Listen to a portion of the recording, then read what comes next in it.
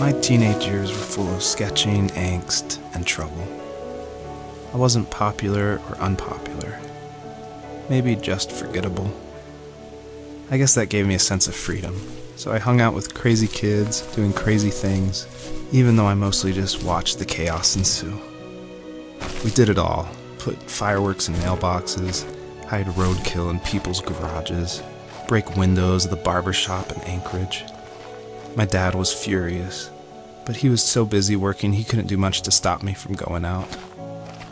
I think being an adult means there's no one to stop you making hard decisions. He had to make a living, and he couldn't be in two places at once. Yeah, I realize that now. But at the time, I was sure he was more interested in growing his business than what was going on with me.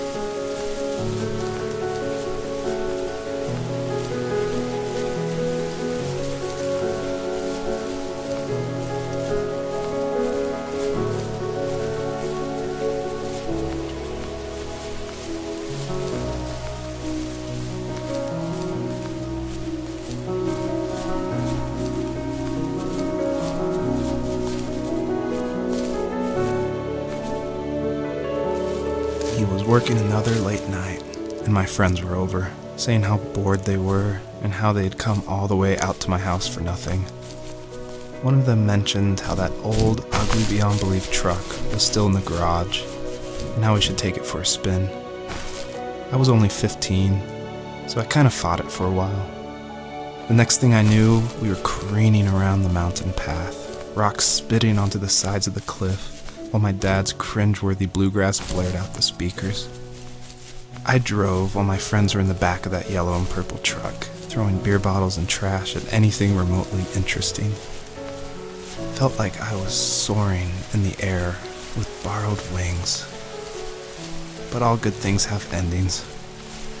A cop outside of Eagle River pulled us over after he saw us in a bottle rocket into someone's yard. What followed was a long night of talking to disappointed adults and feeling smaller than ever.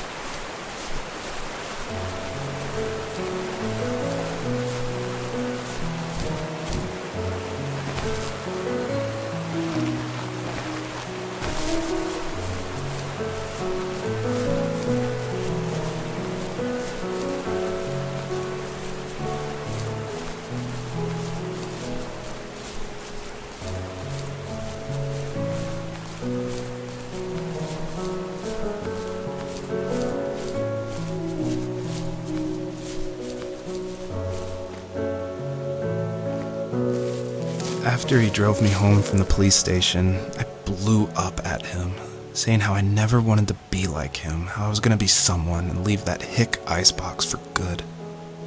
He just looked forward at the road with tired eyes. I took out that bluegrass tape from the cassette deck and chucked it out the window. In my sage teenage wisdom, I thought I had proved the ultimate point, but my dad had a different idea. He slammed the brakes, slowly bowed his head while gripping the steering wheel, and finally looked at me. All he said, like it was a polite request, was, "Make this right." I sat there in silence, fuming, but I eventually got out and combed every square inch of the woods, muttering profanity after profanity. I found it 30 minutes later, near a small waterfall off the road. I went back to the truck, put the wet tape back in, and sure enough it worked. We didn't speak another word to each other the rest of the night. Wow, I knew you were a crazy teenager, but... It's hard to believe, isn't it? It surprises me too. It's like I didn't really know who that kid was back then. I bet my dad thought the same thing over and over. It's almost like he was saying, "Make this right," to himself, more than to me.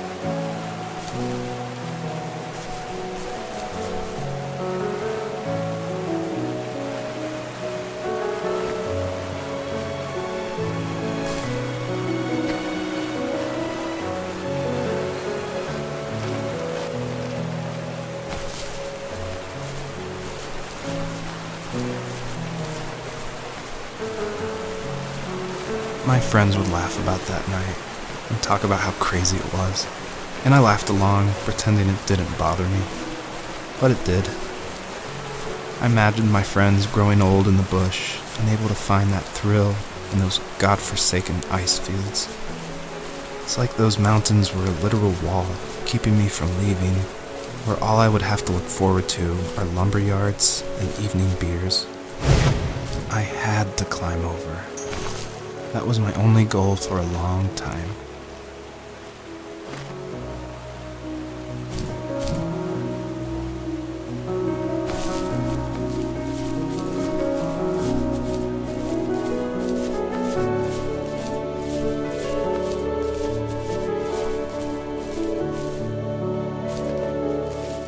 If there was some way I could take my love of drawing and turn it into a way of escape, nothing would make me happier.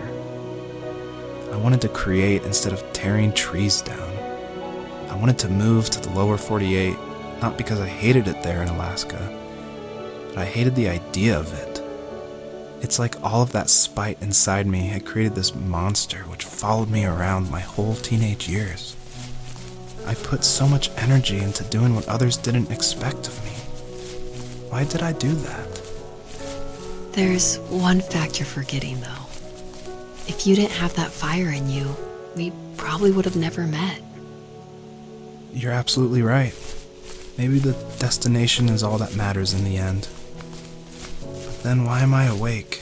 Why am I seeing this fox go on her journey? And why can't I stop thinking about my dad?